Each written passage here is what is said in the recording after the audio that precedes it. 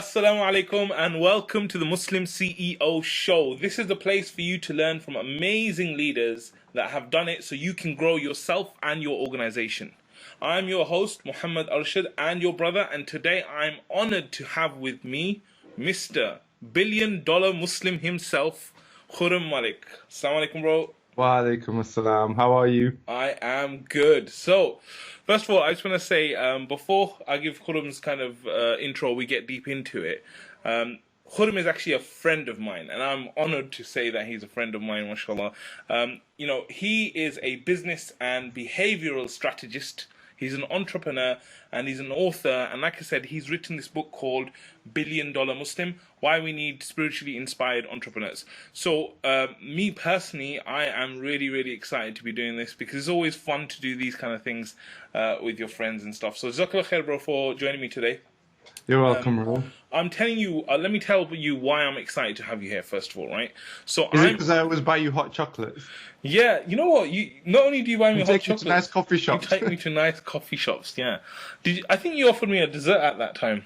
Anyway, let's not get into that. You can do that later, inshallah. So, the reason why I'm excited to have you on specifically, bro, is because I think you're very unique, right?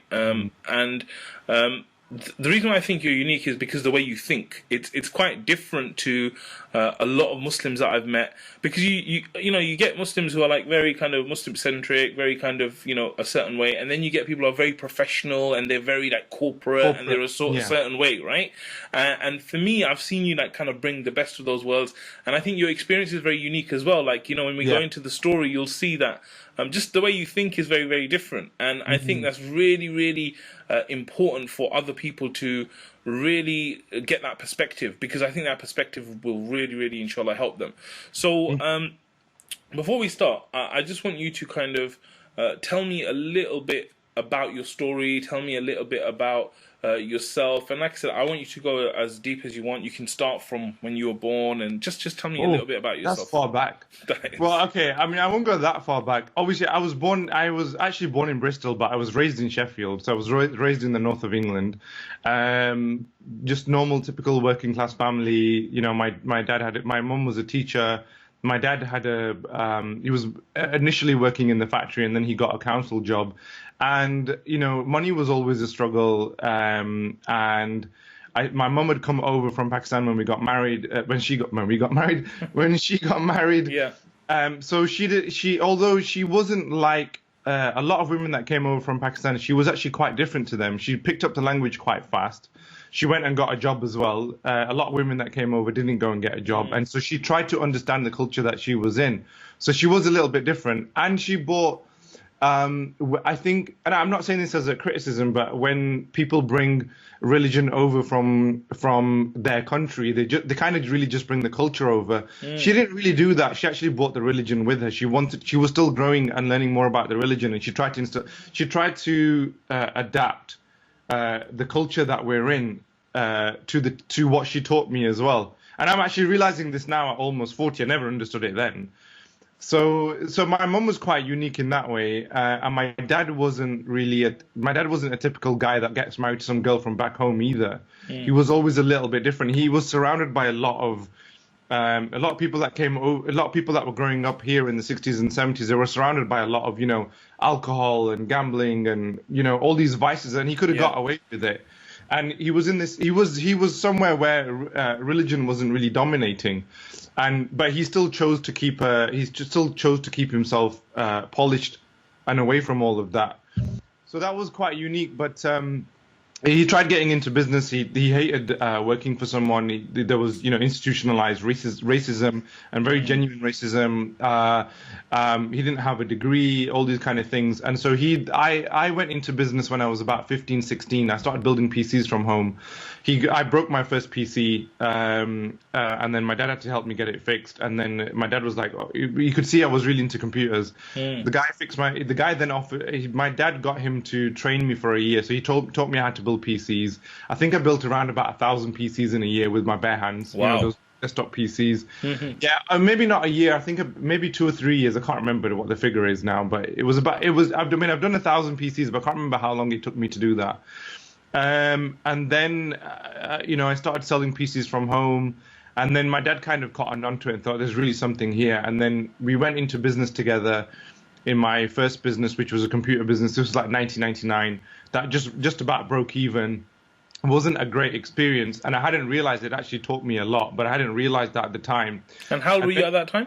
I was 19. Okay. So I would go to uni in the morning, like, you know, I'd go, depending on what day it was and what my lectures were, but a typical day would be get to uni for about 9:30 in the morning while my dad would be at work, as his desk job work, and then I would, you know, do my lectures and stuff till like 1 or 2 p.m.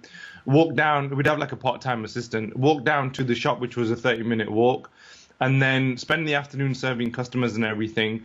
And then wrap up at 6. If somebody had a PC to be delivered or some repair job needed to be done at somebody's house, go and deliver the PC, get home for about 7, have something to eat, and then do my uni homework, you know, dissertation or whatever. And it was the same thing Monday to Friday, and then Saturday would be a bit at the shop and and then Sunday would be like home, and that was like 70-hour weeks. So just one thing on that, yeah. Tell me, like, because you know most of the people that I see of that age today, you know, they might not have that kind of that drive, that action, that passion, and all this stuff. Obviously, you were packing uni in, you were packing this stuff in. So what was it that was kind of driving this behavior? What was making you feel like, look, I would do this? Because fear otherwise, of my dad. It was the fear of my dad. That's all it was. Good old fair. Good. Okay. Because my dad at that time was about, I can't remember how old he was now. He was about 45. So you could say, I wouldn't call it a crisis, but this was his midlife transition. He'd been working since he was 16. So he'd been in work for about 30 years at this point. Yeah. And he really wanted to transition, and I was his, and I'm not saying this as him being a tyrant, but I was his key out of that world. Because he didn't know how to build PCs. I understood all the technical side of things, but he threw the money in. He was gonna understand the financial side of things and talking to suppliers and all that kind of stuff. So bringing those two things together, and he couldn't leave his job full time at that point. So he needed me to kind of, you know, pick up wherever he, you know. So it was kind of a. So there was some of that, but there was also I'd met somebody when I was like 11 or 12 when this guy built my first PC, and he was a friend of my uncle's, and I'd seen what this guy was driving fancy cars, and he was having the time of his life, and he was getting to enjoy himself and all this, and I'd seen all of this, and so I was seeing the corporate world in front of me, and I was seeing the entrepreneurial world in front of me, and the entrepreneurial world was just so much more exciting. And this was right in front. This wasn't, you know, there was no apps, there was no Facebook, nobody was writing about it in the articles. I was seeing it in front of me. I was seeing this guy his business was doing, I can't remember what the figure was. It was something like 30 grand. It was either 30 grand a day or it was 30 grand a month. I think it was 30 grand a day or a week, something like that. It was stupid numbers. And he was having the time of his life, and he had this really fancy car, and he was really enjoying, and he get to tell people what to do and all this, you know. And he was having fun. And then I see my mum and dad go to work, and they're stressed, and their managers are shouting at them, not, you know, I'm giving him a hard time, and it's just stress. And this guy's making money, and he's loving it. So I saw both things. So I kind of was, you know, leaning more towards the entrepreneurial side of things. Okay, excellent. So then what happened? Like, so you went through that journey for a few years with uni and with your dad and stuff, and tell me what happened from there then. So the first business only broke even. The second business ended up doing 1 million in the first year, just under £1 million in the first year. So it was shy of about 20 or 30,000 pounds. So, you know, and then my dad had left his work by that point. He'd gone into this business full time. It took a 6-month career break from his main job, and then he never looked back. He's never been back since. Amazing. That was it. So he never went back. So in a way, I guess you did help to achieve the goal that he wanted, which was to get out of the job and get into his own business. Okay, great. Absolutely. That absolutely happened. But I was still very young. I wasn't really seeing all of that. But he saw it. He saw the bigger picture, and I played my part in the big. He was more like the conductor of the orchestra, and I was like the violinist. Not, you know, when the guy tells you you're good at your violin, or he doesn't tell you maybe, and you just, you know, the odd people in the auditorium like, oh, that concert was so good, you know, just this violin kid in the corner, you know. So so that did a million in the first year. Our life completely changed. You know, my dad had always wanted a BMW. He finally got his BMW. He wanted to build, he wanted to build this 5-bedroom house, and he wanted, you know, he got all the things that, you know. But the interesting thing is, as soon as that business started doing really, really well, like as soon as my mum could see that he's never going to go back, He's never going to go back to work again, and our lives are going to be very different financially. The first thing she said to him was, whatever profit that you've made after paying for expenses and everything, we're going on Hajj. And then he paid for himself, for my mum, for me, for my two sisters, and he paid for everything, like the tickets, the flight, the accommodation, everything. He paid for everything. Amazing. And then we were there for 6 weeks. We were in Saudi. The first thing that happened as soon as we got that money is we were in Saudi Arabia for 6 weeks. And he would pay for everyone. Like there were other families that were staying in the room with us because this is before he had got all these 5-star hotels and all these experiences. So you're in a room with like 10 other people, and he was paying for everyone. He was paying for their food, and he was paying for the tea, and he was running around, and and the business was running back home, and so that my mum made the first thing that my mum made him do with that money was, right, we're going on Hajj. So that year for me, the year 2000 was very transformative because I got an internship that year because I'd fallen out with my dad because I was like, I'm really tired of playing this violin and my fingers are hurting kind of. And I'd got an internship that year. I'd moved away for the first time in my life, but then but this business was doing really well, and then I'd gone on Hajj as well. So there was a lot of like transformation. There was a lot going on around me, and then from there it kind of just. He kept running that business. I'd had enough after that. I was like, I've had enough. I'm going to go and do my own thing. So, okay, great. So obviously, I think you studied computer science. Was that at uni? Yeah. Okay, good. So tell me. BSc computing. Okay, so when you kind of you're quite different then to most people in the sense that maybe they had a part-time job, they've never really done any business or anything. So now you come out of uni, alhamdulillah, you graduate, you get finished with uni, and you've got all this experience, you've done this kind of thing which has given you a sense of achievement and stuff. Like, how did you then take on the world? What was the next step for you, and what did you do? Because the business, my dad's business was doing perfectly fine, so he didn't really need me as much. But he wanted me emotionally. He wanted me there. He needed emotionally, wanted me. I'm his son. He can trust me the most and everything. But for me, it was getting to the point. I couldn't do what because you have the parent dad-son relationship. I couldn't say things to him without upsetting him because he would see it as a sign of disrespect. I couldn't disagree with him, but I disagreed with him on a lot of things. Because this is the .com era, right? And the whole .com thing collapsed and everything. But I could see where things were going. I could see e-commerce. This is pre-e-commerce. I could see e-commerce was going to take off. And I could see a lot of things into the future. And he just wouldn't do it. He wouldn't move into the internet era. He just wouldn't do it. He just wanted to continue putting the ads in yellow pages, keep taking phone calls, keep just doing everything the 90s kind of way. And I could tell that wasn't going to last. It just wasn't going to work. And then I couldn't get him to see it. I couldn't get him to follow that path. So what did you do next then? I went and got a job.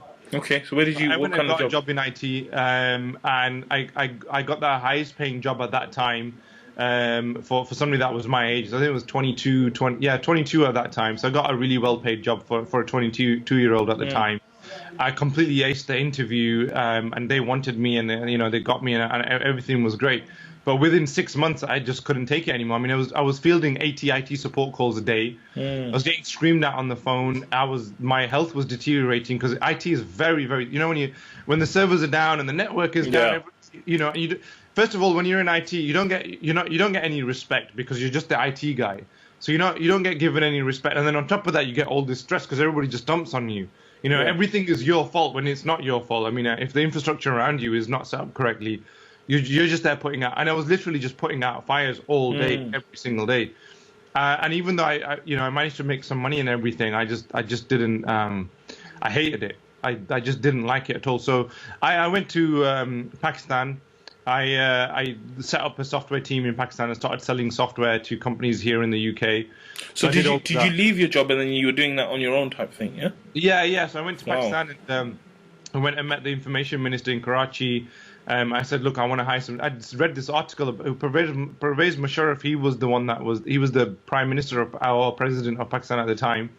And he'd written this article to say that, Microsoft had been hiring, all these big firms like Microsoft, etc. They'd been hiring firms in India to outsource their software development. But smaller businesses that wanted to come to Pakistan, they could pay less money, and they could get a project manager and an office and a whole team, and they could get everything, and they could have just outsourced all the development. Now, I didn't have that kind of money, but I really liked the idea of it. So I went there and I tried it, but it turned out to be a pipe dream. It was just too immature. It was too soon. So it didn't really work, but it was a good experience. I tried it. I tried hiring some developers. I learned a lot. I tried selling that software here, but then, it caused me a lot of problems because it was full of bugs. And, I met a lot of people in IT over there and all these kind of things. So I kind of saw that. And then I came back and then then my dad introduced me to somebody who then became my business partner for the next 8 years. Okay. And this guy had been very successful at Compaq.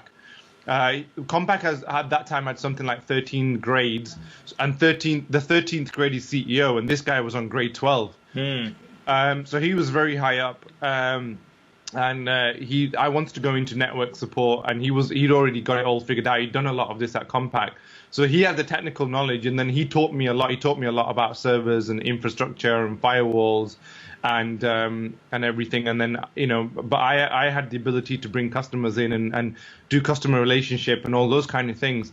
So we did that for 8 years, but that was 8 years of failing. I mean, we just failed miserably every single year. We just constantly failed and failed and failed and failed and failed. I learned a lot, but I just kept failing. And I realized that because I had created a behavioral pattern of my own where basically I went from one business partnership where I couldn't disagree with my partner because that partner was my father. I went into another relationship with that business partnership that was very similar. This guy was a lot older than I was. And because he taught me a lot, it was like he was my parent, and it was really hard to disagree with him. And when I started getting, to the point where I wasn't afraid of disagreeing with him, he couldn't take it anymore. Because he felt very disrespected by that, and and then the whole thing just started to unravel, and the wheels came off and everything, and my health deteriorated really, really badly. I was having I've had a lot of health issues for the last 25 years, and the whole thing was just a disaster basically for 8 years. And then I left that, and then I came to London in 2013. My wife got a job. And I wasn't, I was all over the place. So she got a job and she was like, let's just get out of here. Let's go to London. And then I started helping startups because I realized some family friend of my wife's, this guy came up to me and he goes, I want to develop an app. And he was about to put £15,000 down on an app. Just like that. He was going to hire a company, put 15K down. And I was like, wait a minute. I mean, that's a really silly thing to do, because you don't know anything about the customer at this point. You don't know what problem you're solving. It takes time to understand what problem you're solving. You're going to burn that 15K and realize, okay, well, this wasn't the right way to do things, but that 15K will be gone. So start with £500, and there's manual ways of validating the market and everything. And that was a real eye-opener for him. He's like, you just saved me £15,000. And then when I realized that, I've got this skill, and he kept telling me, you should be consulting people on this. So then I started approaching some startups, and I ended up helping like 10 startups in like 36 hours, and I saved a lot of people a lot of money and all this. And I thought, okay, this is what I want to go into. I want to go into consulting. So I then just started consulting startups and businesses, and that's what I started doing. So I've been doing mostly that now for the last mostly I've been doing that since 2013. I mean, I've gone through a pivot over the last year now as well, but that's what I've been doing for the last 5 or 6 years. Fantastic. Okay, Jazakallah khair. It's really, really great to hear the story. Especially what I really like about what you're saying, bro, is that you're very real. Like you're not kind of sugarcoating, because that's what a lot of people do when they come on interviews or they get in front of a camera. They start to show a version of themselves and they take out all the negativity and stuff. But you're showing it really how it is. This is what leadership is about. This is what life is about, right? Ups and downs, conflicts, failures, all these kind of things. So I love the fact that you're talking about that in your story. So today, how would you describe what you do and who do you do it for? What I do now as a business strategist, for me, my job now is if there's a startup or a small business, let's say they're doing 50K, 100K, 200K a year already, but they're kind of stuck at a plateau. My job is to, those people would normally approach me, and my job is to have a look at their business and go, right, How are we going to get you to 500,000, 1 million, 1.5, 2 million, if not 5 million? How are we going to get you to that? And that will normally entail, a marketing strategy, brand strategy, operational strategy, and everything. But almost inevitably, that's going to require an injection of capital as well. Because if you want to get to that point, you've got to be able to spend that money to bring the staff in, to bring, hire the marketing agencies, and bring all of that stuff in. So that requires more capital.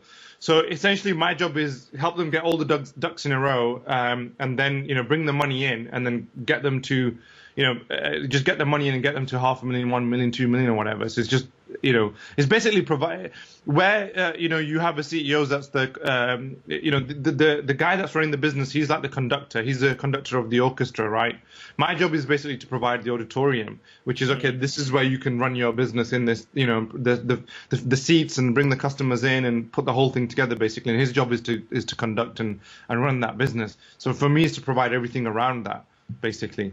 Okay, fantastic. So this is good because we're gonna talk a little bit about growth and things that people can do. Just before we go into that, just tell me about in terms of like a big moment for you where you felt that it kind of defined your life, or a big life-changing situation. What would you say it was, or is it something you've kind of said already as part of your story? I don't know if there's one ever. If there's one particular, there's been lots of there's lots of small ones. Yeah. There's not been one big one. I couldn't say. Lots of smaller ones.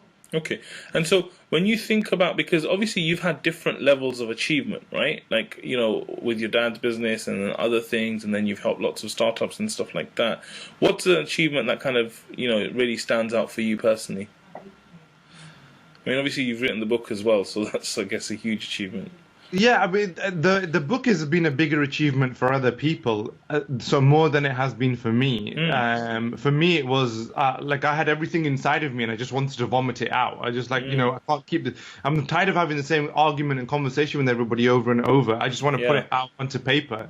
And if somebody wants to have this debate with me, well, there's the book, go and read it, and then let's have a conversation. Excellent. If you disagree with it, but I don't want to go over the same thing over and over. Yeah. It was more like that, and then from there was the podcast as well. But my biggest achievement would probably be, and I've had a number of these over the last couple of years, is where somebody will message me and say, you don't know me very well, but I know you very well, and I consider you one of my best friends. Wow. And I'm like, okay.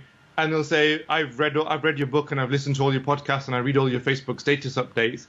And whenever I've been in a moment where I've been in a real dip, or I've really felt like I'm lost, or I don't know where to go with this.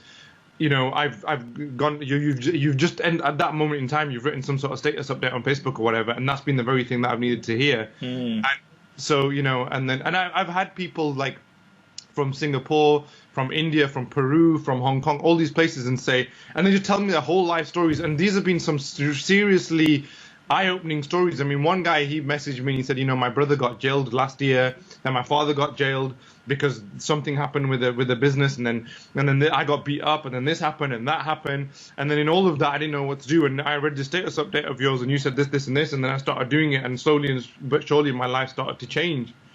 And I've had people in my team. I had this one guy that came on my team. He'd had a very, very broken life. I mean, really horrible upbringing. Some of the worst things that you can imagine. And he spent a year with me, and he went back into his full-time job afterwards for multiple reasons. But when he started with me, when he was, because he was working with me part-time.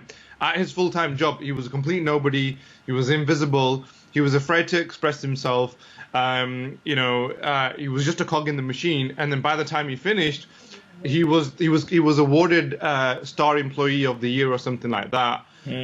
He was somebody. He was a lot more confident. He was a lot more assured of himself. And he knew where he was going in life, and he was planted. And for me, that was the ultimate achievement, is to turn somebody's life around, basically. Amazing. That's what leadership is. It's nurturing.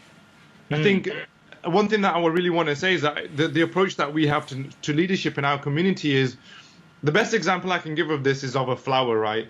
You know, if you have like any flower, right? I mean, some guys will consider this a little bit effeminate as a metaphor, but I think it really is the ultimate metaphor because, you know, when you get a flower, right, you can either, you know, it looks really nice, it's got a really nice scent to it and everything, right? It's got a really good quality to it.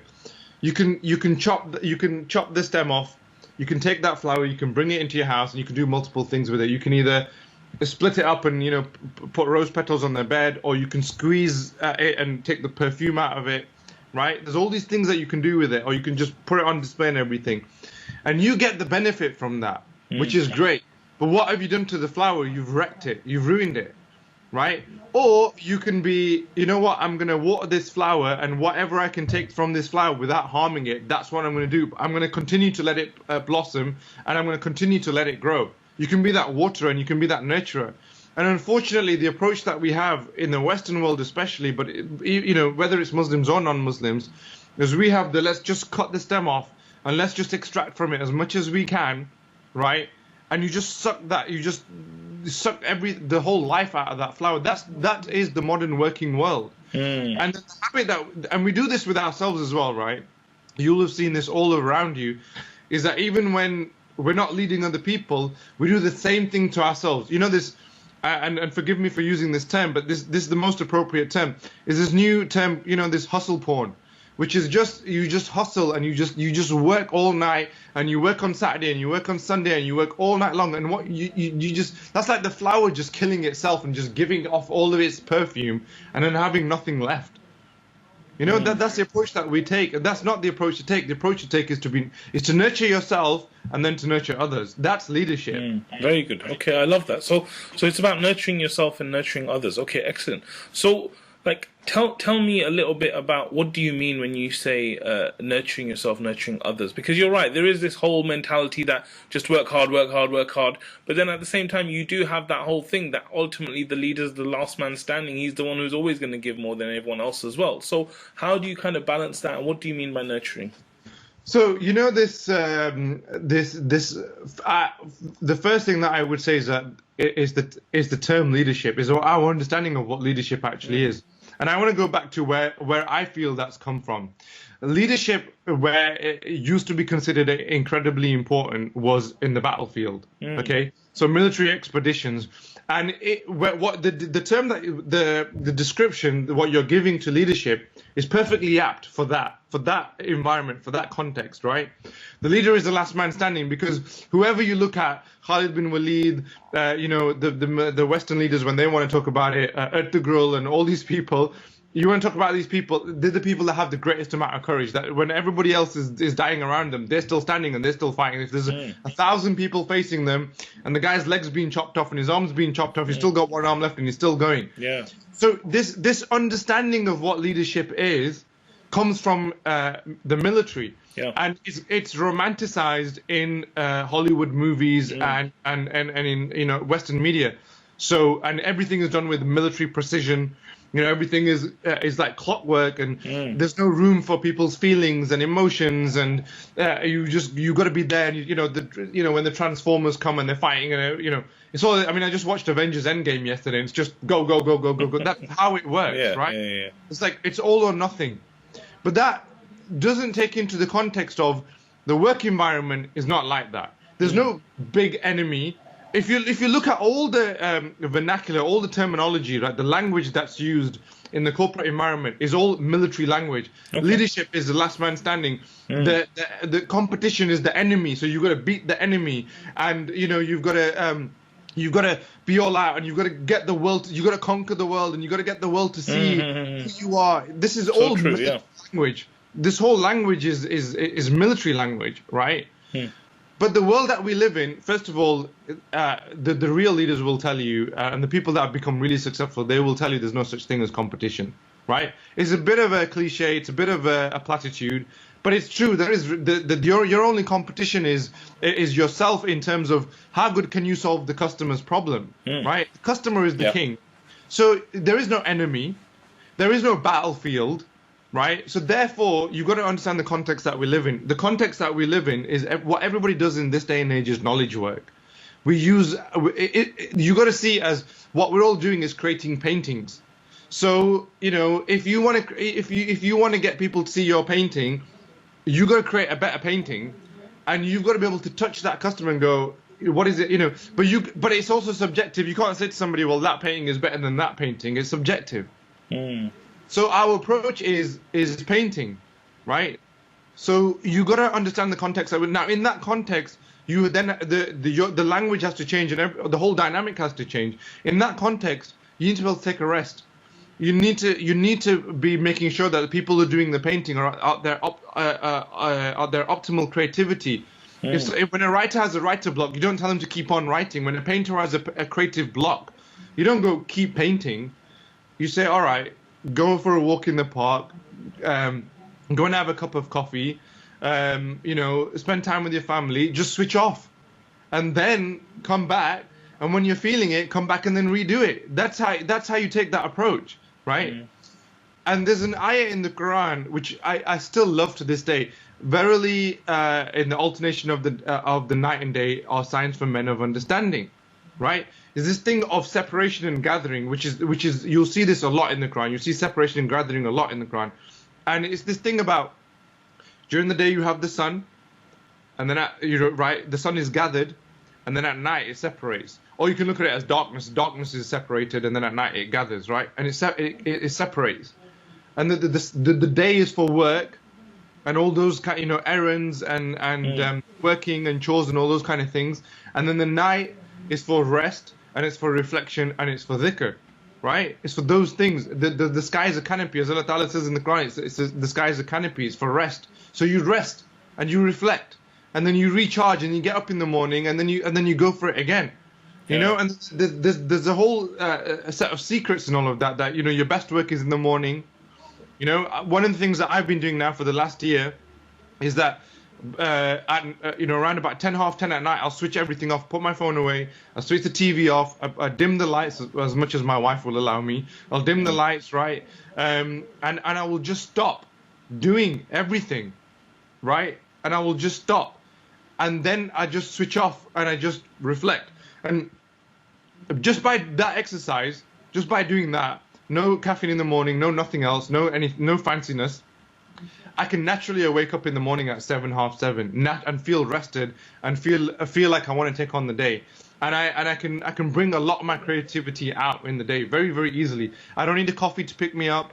I don't need I don't need to psych myself. I don't need to do anything. I'm just naturally into it. That's what it's for. Yeah. But my cousin was here yesterday, and he's at uni at the moment, and he was telling me that he's doing these assignments, and he's up till 5 o'clock in the morning doing these assignments. So he's, that habit gets made at university because you cram for your exams and for your dissertations because you're just at it all the time.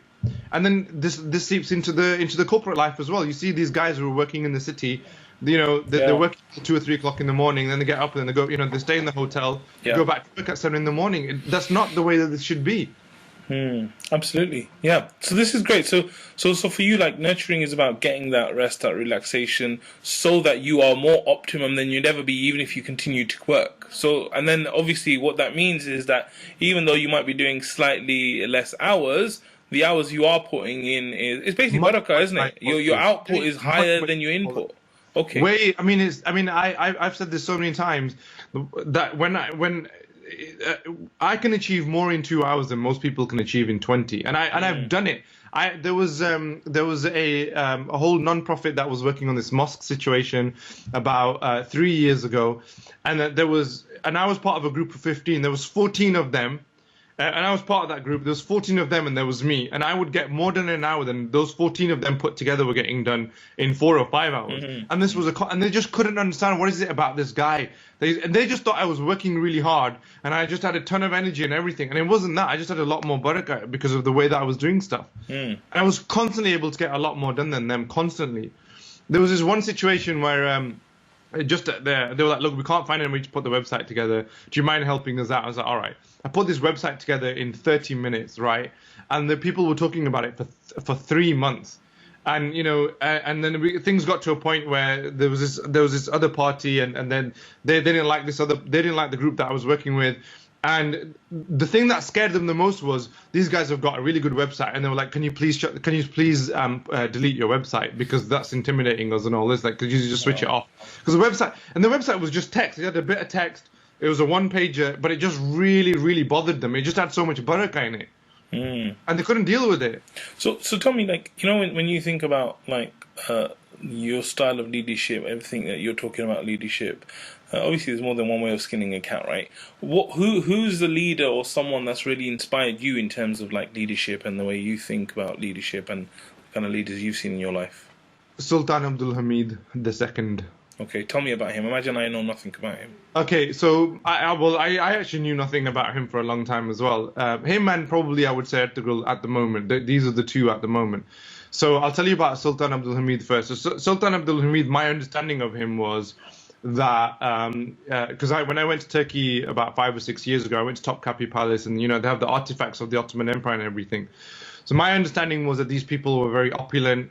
There was a lot of decadence. That these people were very switched off. They're the reason that the Ottoman Empire fell. Yeah. And that Turkey was no wonder Turkey got formed and all these kind of things. Now that I've been watching Sultan Abdul Hamid, this TV series, and I've been watching it, and I'm starting to understand. Oh, wait a minute, this is the history that's been written by the victors, right? It's revisionist history, and now I've started to understand who this person really was, and you know, I've really started to understand that this person was all about creating a structure that would allow people to prosper. That's what he was fighting for. And unfortunately, you know, as the saying goes, that if you can, even if you've got the strongest bull, if he's caught in a ravine on his own and he's surrounded by a pack of hyenas or a pack of wolves, there's nothing he can do, because if they all collude against him, there's not much he can do. He's going to get beaten down eventually. And that's how I now see him. That, you know, okay, because a lot of people have this argument. Well, if he was so good, then why did he lose the war? So what is it that inspires you about him? What was it about him? He was very astute. Like, he was aware of everything. He was, and he could see the bigger picture on everything. He could have, you know, one of the things that he did, like right from the get-go, one of the things that he didn't like was this idea of the youth reading the newspaper. He wouldn't allow newspapers in the palace, right? And right from then, he could understand that what the British were doing, because the British owned these papers, right? What they were doing is that they were fanning the flames of this, you know, Turkish independence through the newspapers. So he didn't want the kids to be he could see what they were doing. He knew that the war was a media war. He could see that straight away. Right? He could see, he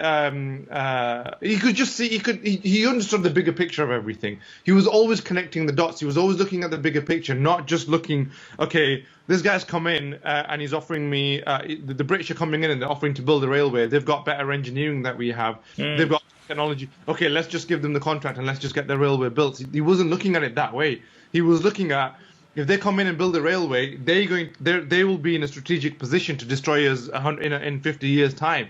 He could understand that. So he had vision, basically. He could see what was coming ahead as well. Yeah, but at the same time, he was nurturing everybody that was around him. He had a heart. He had empathy, you know, and you know he enjoyed his craft. He was a woodworker, so he would work on his craft, you know, and he would also make very, very bold moves. He would make very, very courageous moves. There's one story of his. One thing that happened was because he had a lot of traitors, unfortunately, that were around him, and they betrayed him many, many times, right? So they and also before he was given the position of the throne, the people I don't know how many sultans there were before him, but they'd unfortunately been very naive. And they'd weakened the Ottoman Empire through to put it politely, was through their naivete, right? They'd signed a lot of accords and a lot of these things. So when he came onto the throne, there was a noose around his neck. He was in a very difficult position. Okay, so there was a lot, you know, like the Ottoman assets had been sold off, the public, the stock exchange had been created, and the Ottoman Empire was in a lot of debt. So now it was very difficult for him to maneuver himself in a lot of ways, right? And one of the things that happened was, while he was in power, one of his men betrayed him, and when this is a spoiler alert if you decide to start watching the TV series, but I'm sorry, but this is going to happen now, right? Just mute. The TV series is all based on his memoirs. Yeah. It's all based on memoirs of the people that were around. So it's very accurate, very, very, very accurate. But anyway, what happened was things got to a point where the British ships had left and they were sailing towards Istanbul to come and seize the Ottoman Empire. Okay, and what happened was the Greeks were coming at the same time, right? And this was it. It was going to be all over for the Ottoman Empire, right? And there was nothing that he could do legally to stop them coming. Like, they didn't have the manpower to I mean, the Ottomans had the manpower to take on one enemy at a time. So if the British came, they could take them on. And if the Greeks came, they could take them on. And if the Russians came, they could take them on. But they couldn't take all three at once. There was no way of doing that, right? And in that moment, he had the presence of mind of how to deal with the situation. Like, everything's closing in on you. All his people around him, they were panicking, and and obviously the British had been fanning the flames as well, so he didn't even have the public support and everything, right? So he's got all this going on at the same time, and he still had the presence of mind of what to do in that situation, right? Yeah. He had a spy so this was led by Queen Victoria, so the queen before this queen, right? He had a spy in Buckingham Palace, right? And he got him to create a concoction of a certain kind of coffee. So they gave the coffee to the queen, and basically that put the queen to sleep. So she didn't wake up in the morning. She didn't die, but she didn't wake up in the morning. So she was asleep. And then basically, when the British ambassador, when he came to the Sultan to say we're going to do you over, right? Like, basically, the Sultan said, I know for a fact that your queen is asleep and she hasn't woken up. And if you want her and if she doesn't wake up, you're going to have complete disarray in your country. So if you want her to wake up, right, then I want you to turn your ships around right now. So then they had no choice but to turn their ships around. Wow. That was one thing. The other thing was that the Sultan also knew the whole of Europe, right? Basically, all the people that were leading, all the kings and monarchs. Like, so we were told that the king of Denmark, he's Danish, and the king of Germany is XYZ, and the king of France. But all the monarchs of all of Europe, they're all brothers, sisters, and cousins. Yeah. So they're working with each other, right? Yeah. So what he did was, he said he was going to expose. Queen Victoria was actually very ill. She had a very embarrassing disease. So he said he was going to expose that, and he was going to expose how the Greek or the Russian or whatever guy was related. I can't remember which one it was. And basically, he basically just pulled out all of their weaknesses and just turned all of them back. And they turned the ships around, they turned the Greeks, and that was it. And it was all in one fell swoop. Amazing. Yeah, because he had the insight, he was able to do that. But nobody could see the wood. Everybody that was around him could not see the wood from the trees. Now the thing with me, I'm not at Sultan Abdul Hamid level, but I aspire to be that. But the thing with me is, right, going back to this thing about the difference in the way of thinking, and and you see all these people behaving in this other way. The thing, I've already been in the trenches, right? A lot of, I mean, your business partner Faisal, he did this post that he'd been in entrepreneurship for the last 5 years, about all the things that he'd learned, right? 20 things or something that he'd learned over the last 5 years. You got to understand, I've been in entrepreneurship since I was 16. So all the things that he's learned in the last 5 years, I was at that stage when I was 20 years old, and those 20 things that I learned then, and a lot of these people that are coming on now and making all these promises, sign up for my course and do this, and they started last week. Yeah, and I'm like, okay, well, I did all of that 20 years ago. I'm at the next stage now. I've been in this for a very, very long time. So for me, I'm not looking at where is the world going in the next 6 months, or where's the world going in the next year. I'm looking at what are the big tectonic changes that are taking place over the next 5 or 10 years. That's how I'm looking at things. Fantastic. So share some of that with us. Like, what do you think are like the kind of big changes that we're going to see in the next 5, 10, 15 years? Like, what are the big things that we should do, and how should we be adapting as leaders and organizations? Well, I think we're going to have a massive curveball that's going to hit us now. I don't know when that's going to hit. I don't know if that's going to be in the next couple of months, at the end of the year, within the next couple of years. I don't know when this is going to happen. But I really do feel like we're going to have a major, major economic catastrophe now. I think it's inevitable now. I think that's going to happen. If that happens, then, you know, a lot of people are going to lose their jobs, right? It's going to mean things are going to be very expensive to buy. People are going to be in survival mode, right? Once you're in survival mode, you're not really thinking about the nice car and the nice house. What you're thinking about is getting your bread and getting your beans and all that kind of stuff, right? I think that's where we're headed. But this is not to alarm anybody. It's not to deter anybody. It's how do you orient yourself in that situation? What we're living in a time of right now is we're living in a time of distraction, right? You look at everything that dominates Facebook right now and social media right now. Game of Thrones, Avengers, Endgame, right? Or she took her hijab off and she did this, and you know, and you know, holidays and selfies and all. That's what we're in the age of distraction right now, and you can only get into an age of distraction is when you're in an age of decadence, okay? And even though there's a lot of austerity and there's a lot of there are a lot of economic problems around us at the moment, we are still in an age of decadence. So because we're able to distract ourselves, but we're going to get to a point where it's going to become so real. You're not going to be able to deal with distractions. You're going to have to survive, and that's at that point.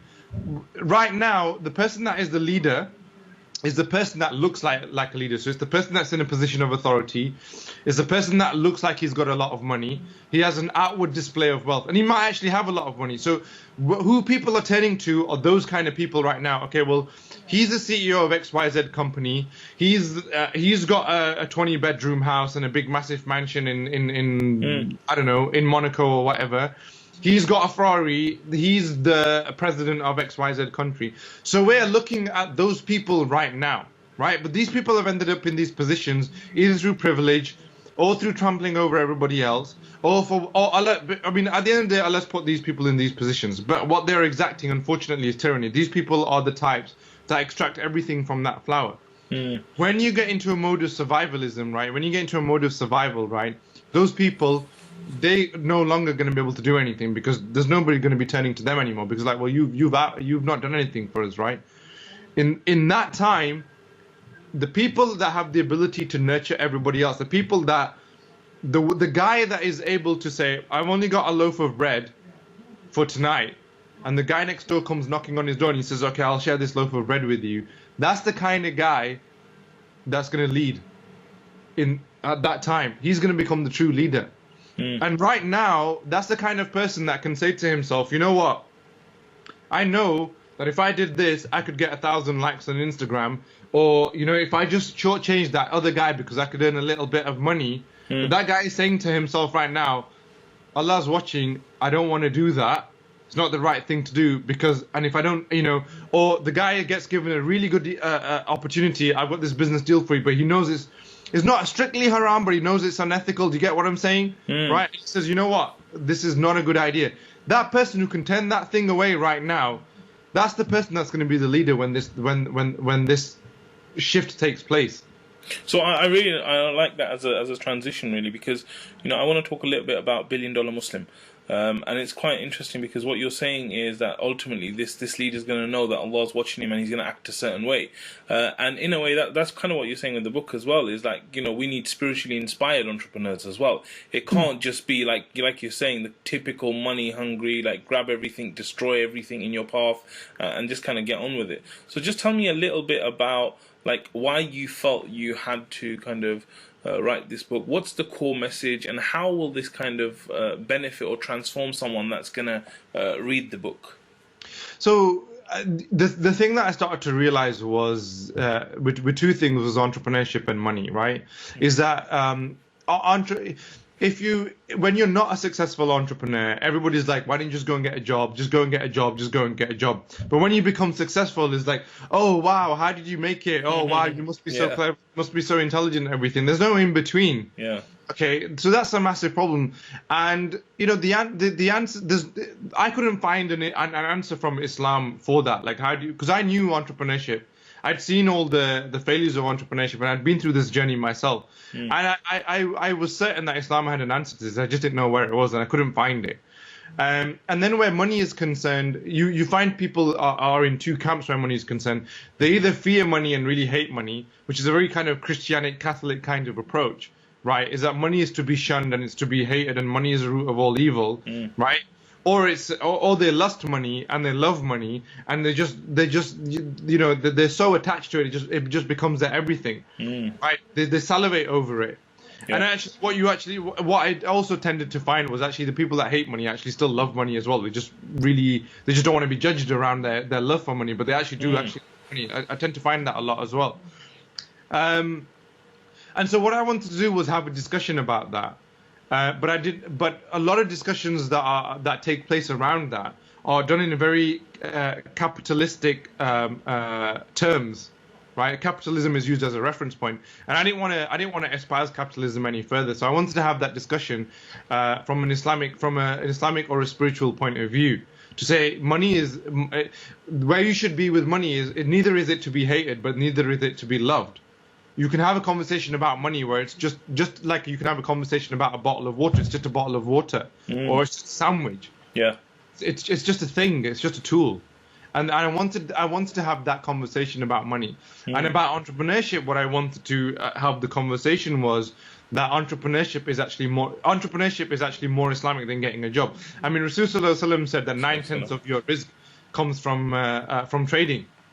So then why are we looking for jobs, right? But the thing with when I wrote the book, I wrote everything that I knew at the time. What was really interesting when I wrote the book was I went on a huge journey after I wrote that book, and I ended up learning things that solidified my understanding of how much Islam encourages entrepreneurship even more, and how much it shuns capitalism, and how much it encourages wealth, but a spiritual approach to wealth.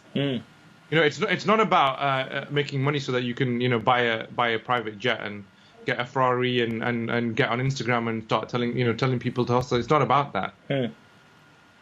Okay, so this is very interesting now, right? So you're saying that there's two extremes usually in business, in money, and all this kind of thing. Islam's always the middle path anyway, and you're saying that entrepreneurship is really part of our tradition, our heritage, and it's something that's really, really encouraged, which is kind of seems like if you're an entrepreneur today, it's kind of like a real entrepreneur where you're actually trying to make it.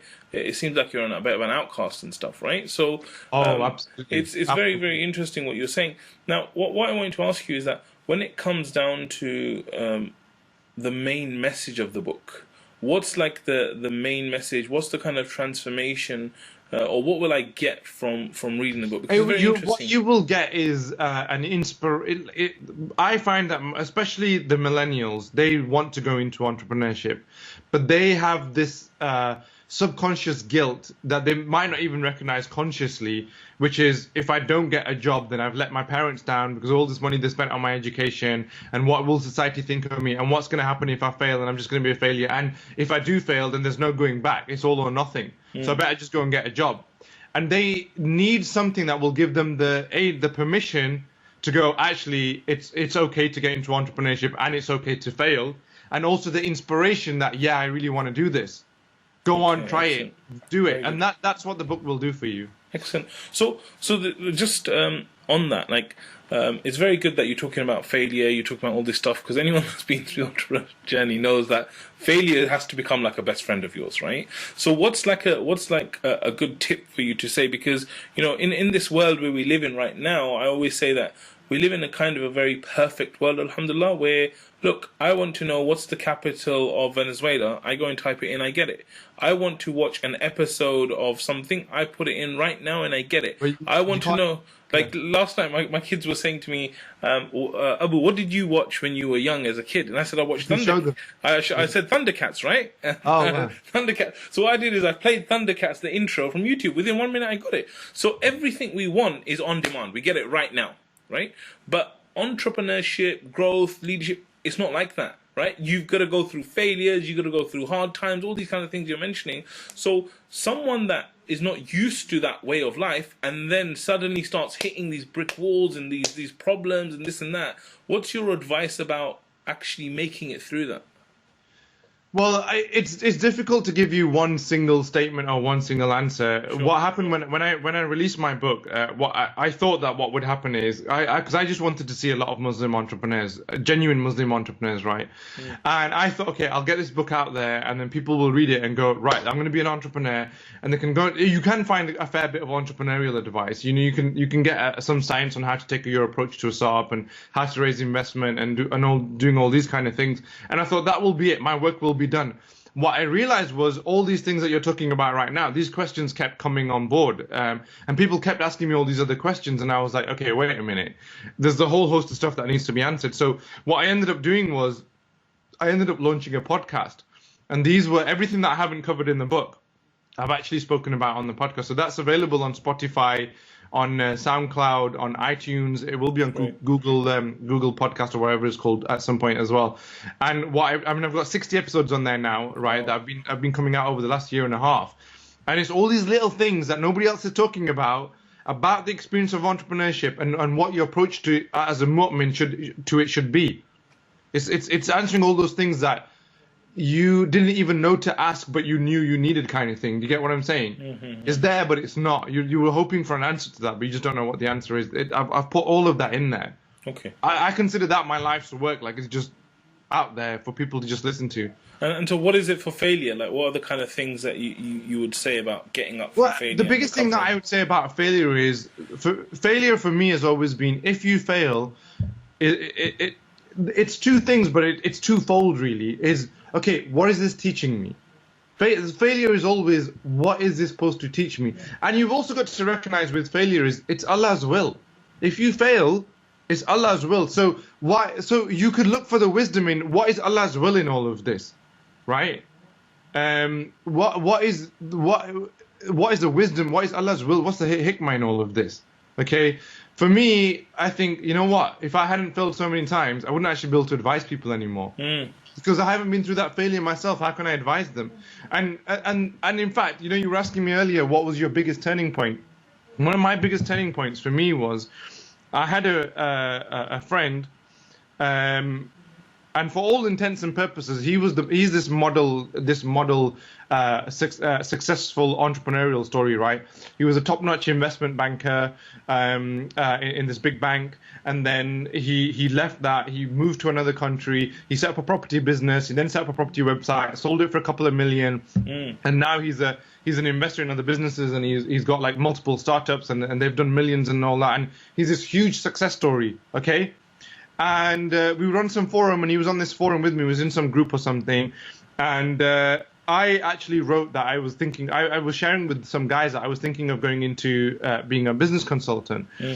And I remember him saying to me, "Who do you think you are to be a business consultant?" Even I don't even consider myself successful enough to be a business consultant. So therefore, who are you to be a business consultant? And that just made me so angry, because I thought, you know what? I've had so many failures that I can say to people, that's not a good idea. That's not a good idea. So you can steer people that way, then have to say, okay, well, this is what takes you, and I do still come across that objection even now. I do come across resistance with that. Where people say, yeah, but what have you done? Well, what are you? You're not Elon Musk, and you're not Steve Jobs, and you're not this.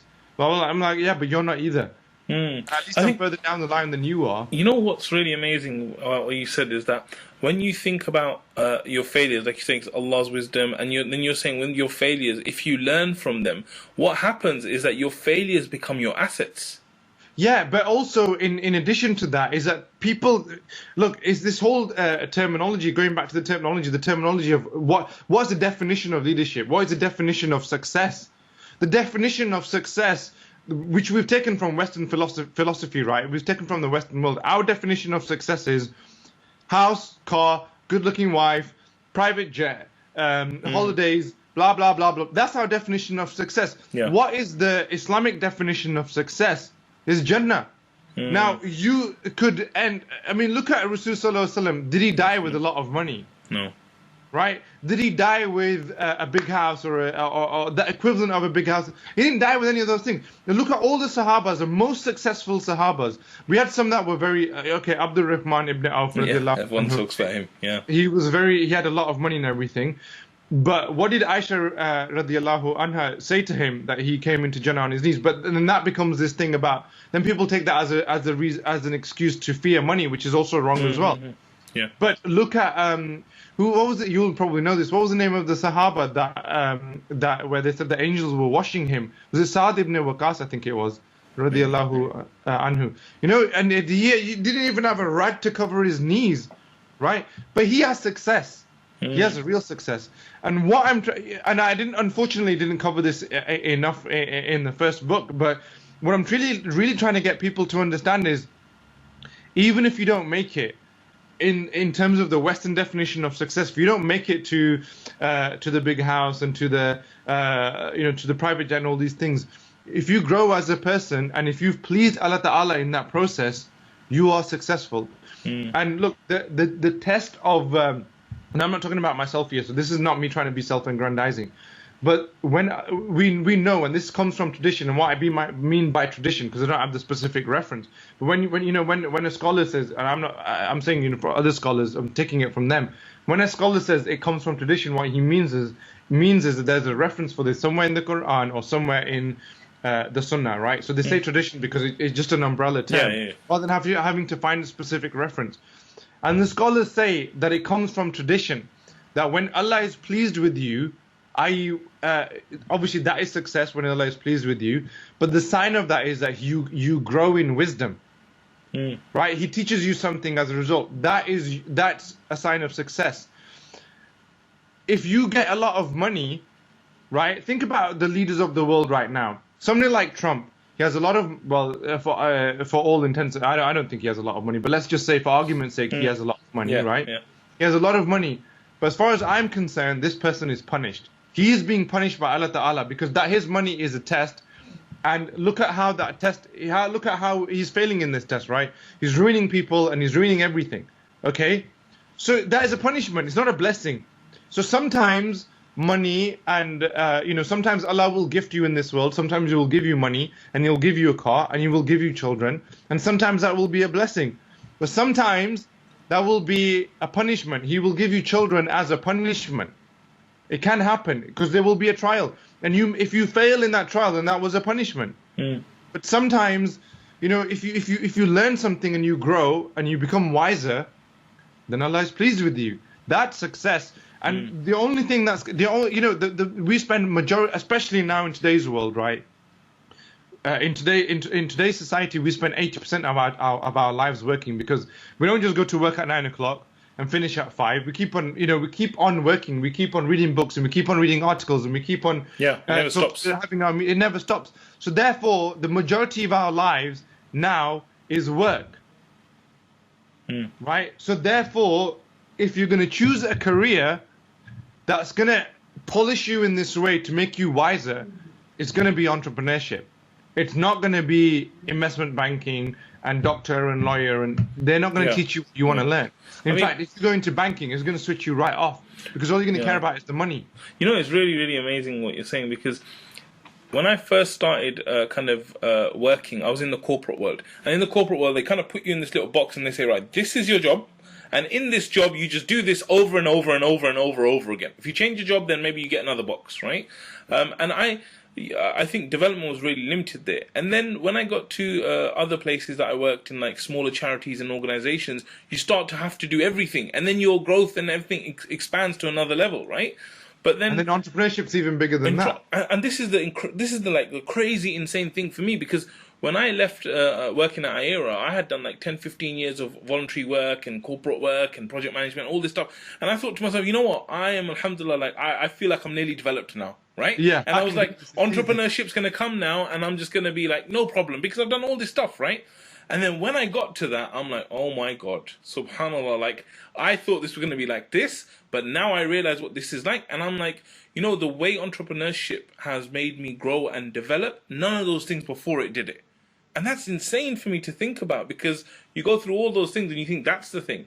but really entrepreneurship. And I love the fact that you're suggesting it for young people as well, because I think it's something amazing for young people to learn from as well. I think I mean, I have a real disdain for the modern education system, because it just boxes you in. Before you even get to the job, you know, you have to sit in a class with all the kids of the same age group, and then you have to, you know, you have to be given a limited number of subjects, and the whole approach is the same, and it just boxes you in and boxes you in and boxes you in, and then what you get is these little kids that come out of university, and they're just these little cutter things, you know. That's all they are. That's their life, is just this little sliver. And I've gotten to the point now where I can actually, before somebody even tells me, I can tell who's a true entrepreneur, because you can get a sense of their spirit, because the spirit is so free.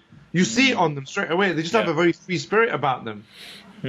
Okay, fantastic. So I've got some quick fire questions, because we're kind of fast running out of time, right? All right. So let's keep it short with these ones. But I've got a few questions I want to go through. So inshallah. So the first thing is, like, you know, you've been helping organizations and businesses at different levels start up from nothing to where there's something. I had some really great names like Buffer and other people, that big companies you've helped, right? So tell me, like, generally, like, a lot of the Muslim organizations that are out there, you know, they're at a level where they've kind of done some good stuff. Maybe they're even doing like a million in revenue or something, like charities and this and that.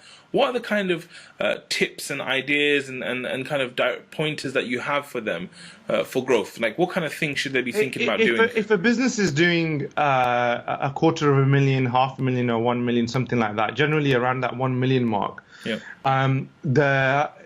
what I would say to those businesses, that the answers that you're looking for of what's going to take you to the next level is inside your organization. It's not outside. So if you're looking for this winning strategy that's going to come from the outside, it's not there. It's inside your organization. So you have to look inside. What do you mean by that? What do you mean? How do they look inside? What do you mean? Okay, I mean, it's actually a lot of the patterns that I've noticed, because I've helped over like 300 CEOs now in the last in the last 5 years. It might not even be founders and CEOs. It's probably it might not even be 300. It might be about 500 now. It's a big number, right? Wow. And sometimes these are only half-an-hour calls, 45-minute calls, but sometimes these are long-term relationships. Okay, and the one thing that I find constantly, I'll give you one example.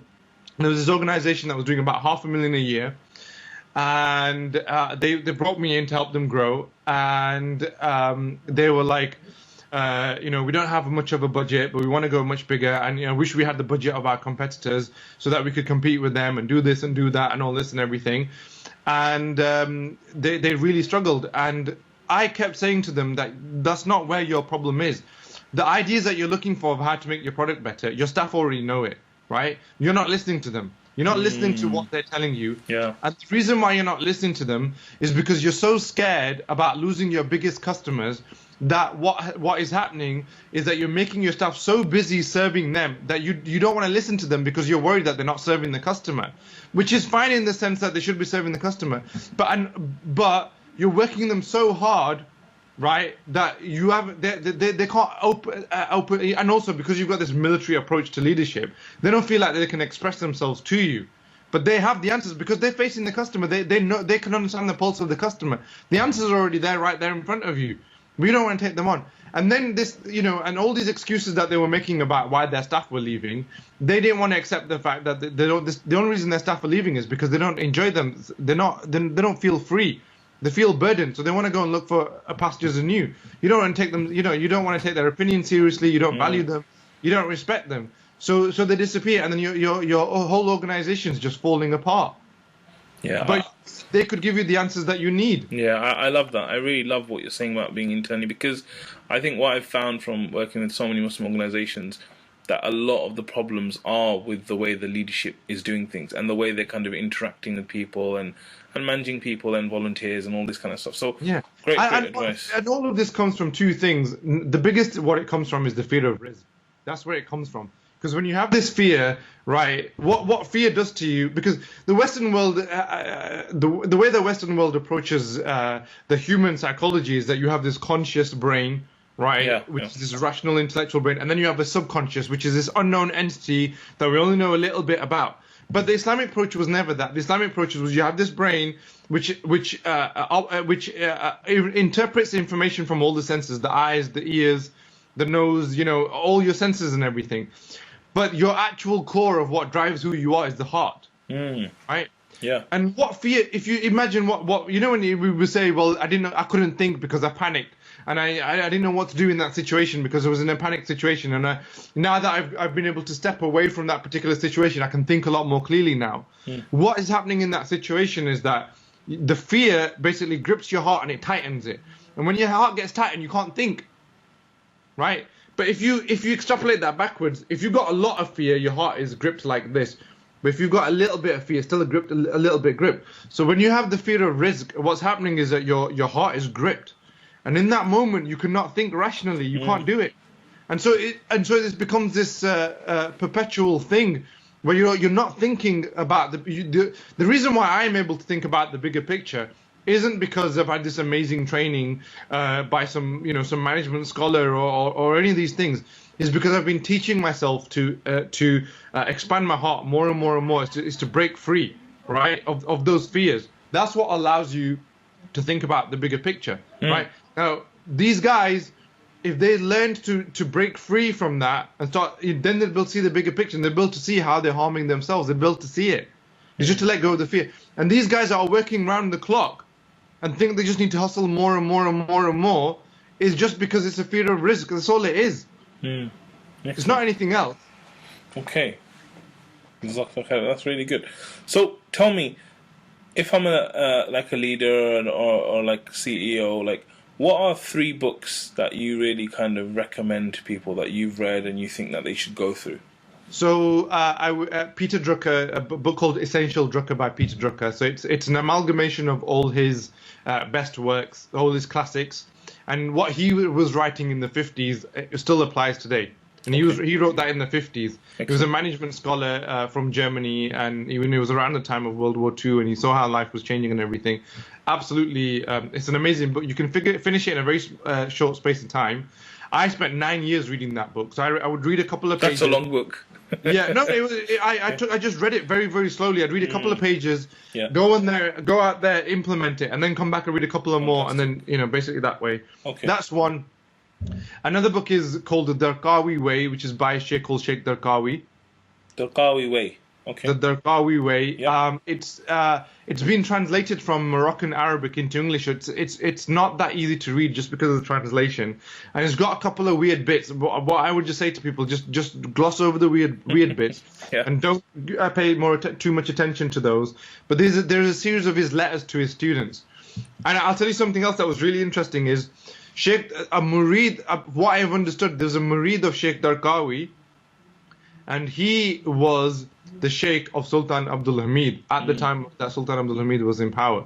Wow, okay. So this Sheikh is a very important Sheikh. So the Darqawi Way, okay, good. The Darqawi Way. And the third one? And there's a book that I'm reading at the moment that I haven't finished at the moment, but it's called The Way of Muhammad by Sheikh Abdul Qadir Sufi. The Way of Muhammad.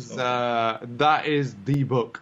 That is the book. Basically, what he's done with that book is all the great scholars. So Imam Ghazali, Rumi, Ibn Arabi, all these great scholars, and all the science and discipline of Rasul Sallallahu Alaihi Wasallam and Ali ibn Abi Talib radiallahu anhu. What he's done is he's taken all of that, right? But he's considered the fact that context was a little bit different that they found themselves in at that time. So you look at Rumi, for example, right? Rumi had the Khilafah around him. He, there's certain things that he could say that people would just understand. It just made sense, right? Well, we've lost all of that now. So what Sheikh Abdul Qadir has done is he's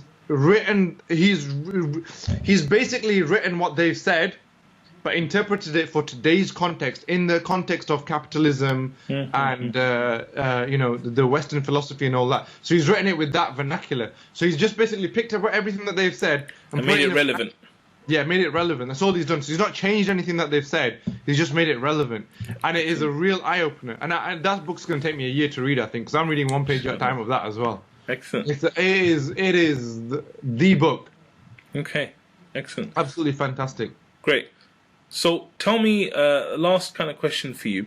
Tell me a little bit about tools, apps, resources, things that help you to be more productive, help you in your life, and like what are some of the big tools, apps, resources? Two main apps that I use. Number one is Quip, which is it's like Google Docs. Quip, right? Yeah, but I prefer Quip over Google Docs. Is that QUIP? Yeah. Yeah, just like when Okay. you, yeah, it was a former engineer, the CTO of Facebook. He left and then he set Quip up. And I just really like it. I put all my company documents in there, my company operation manuals and everything. They're all in there. Why do you prefer it to Google Docs? It's just a lot more slick. Okay. It's more minimalistic than Google Docs. Google Docs is a lot more kitchen sink. This is a lot more just purely focused on the writing and the collaborative aspect of it. So it's very good at collaboration. But you can't do a lot more with it in like stylization and all those kind of things. So I really like it. And everybody that I've recommended it to always just really loves it. Okay, It's got a good. very nice mobile experience as well. Great. So Quip is one. Anything else? App Block on which is only available. I think it's only available on Android phones. App Block. Yeah. What does that so do? what I do is I have a schedule between 10 o'clock during the day till about 5 o'clock in the afternoon. So it lets me get into WhatsApp and onto Facebook. And if people want to send me a WhatsApp message or a Facebook, it will notify me. You know, I'll get notified and everything. But after 5 or 6 o'clock, when I finish working, all those Blocks notifications everything. get blocked, and I can't even go into the app. So that I Wow. can't get distracted by going in. Okay. Excellent. And it's not as good as I'd like it to be. I would like it to be even better. I'd like it to be able to individually block users within WhatsApp, for example. You know, Yeah. that tend to annoy me. You know, Yeah. people messaging me at 11 o'clock at night, but it's not able. I wish it could go that far. Yeah. Okay, great. Fantastic. So last question I got for you before we kind of close. Which question should I have asked you that I haven't? Which question should you have asked me that you Or is have? there anything else that you want to share or tell us about that, you know, we haven't really kind of gone into? One a TV series and a book that I had no idea was going to change my life. Two. And I didn't recommend this because I wanted to recommend stuff that was a bit more leadership and everything. So the TV series that changed my life was Ertugrul, Okay. or Ertugrul. I always say to people that if you don't watch Ertugrul, you're not Muslim. That's why I always say to people. Right? That's a joke, by the way. What? That's a joke, by the way. Yes. Yeah. Otherwise, you just killed off half the Ummah, bro. They're gone. They're now in Jahannam forever. Yeah, exactly. Okay, so it's a must-watch show, right? Yeah. Okay. It's a must watch. And just put up with it. I don't care how boring it is. Don't I care about the how slow it is.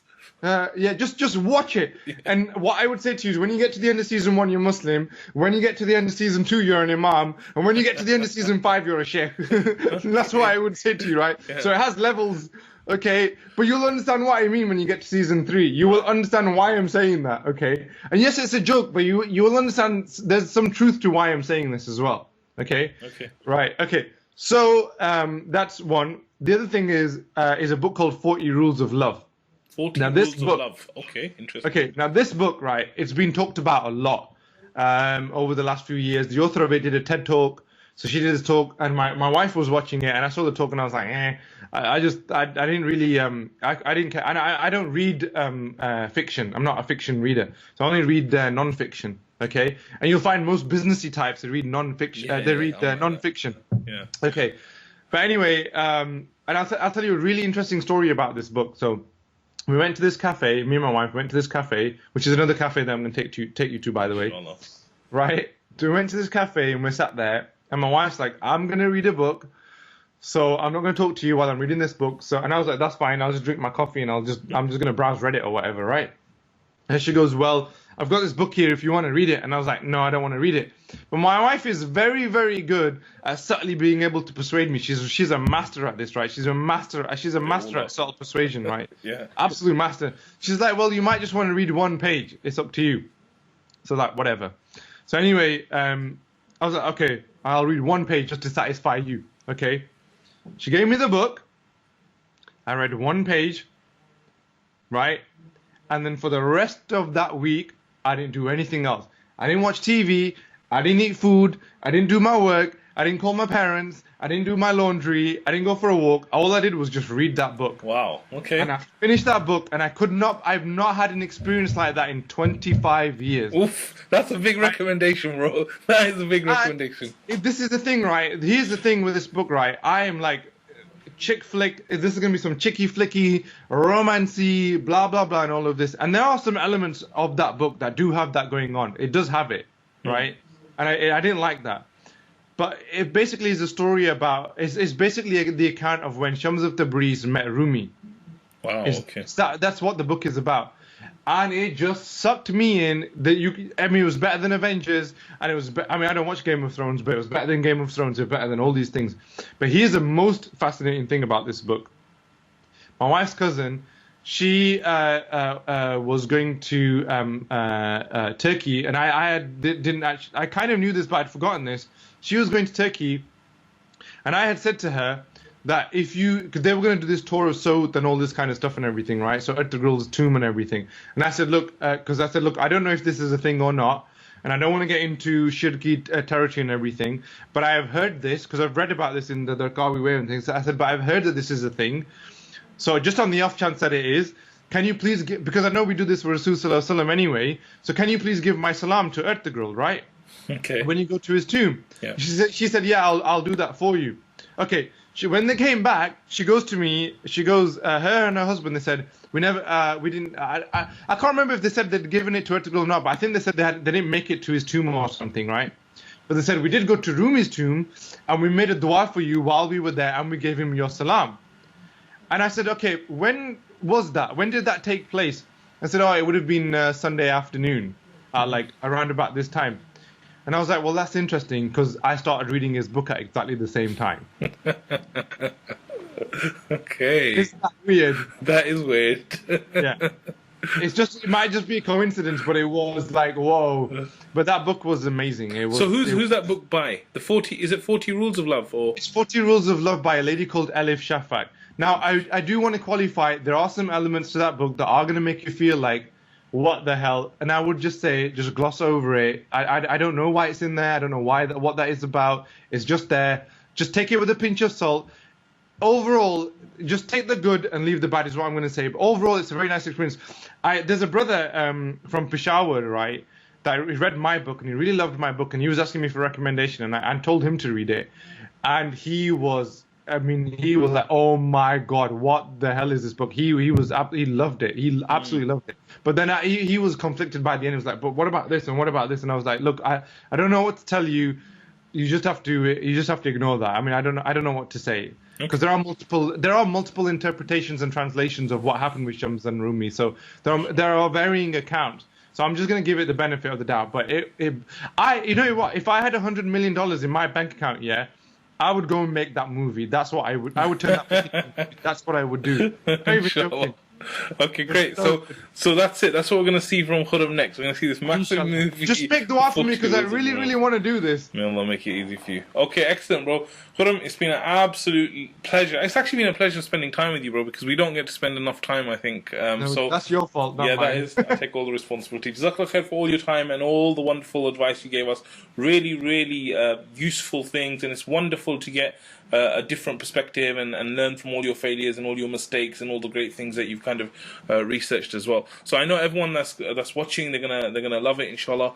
And you've really played your part, alhamdulillah, in them becoming better leaders and better CEOs, inshallah. Brothers and sisters, this is the Muslim CEO show. I hope you enjoyed the show, and if you haven't already done so, please remember to subscribe to our channel, and of course you should check out the free training at muslimceo.com. Jazakumullah khair. Khuram once again. Inshallah, we'll see you guys soon. Assalamu alaikum wa rahmatullah. Wa alaikum assalam.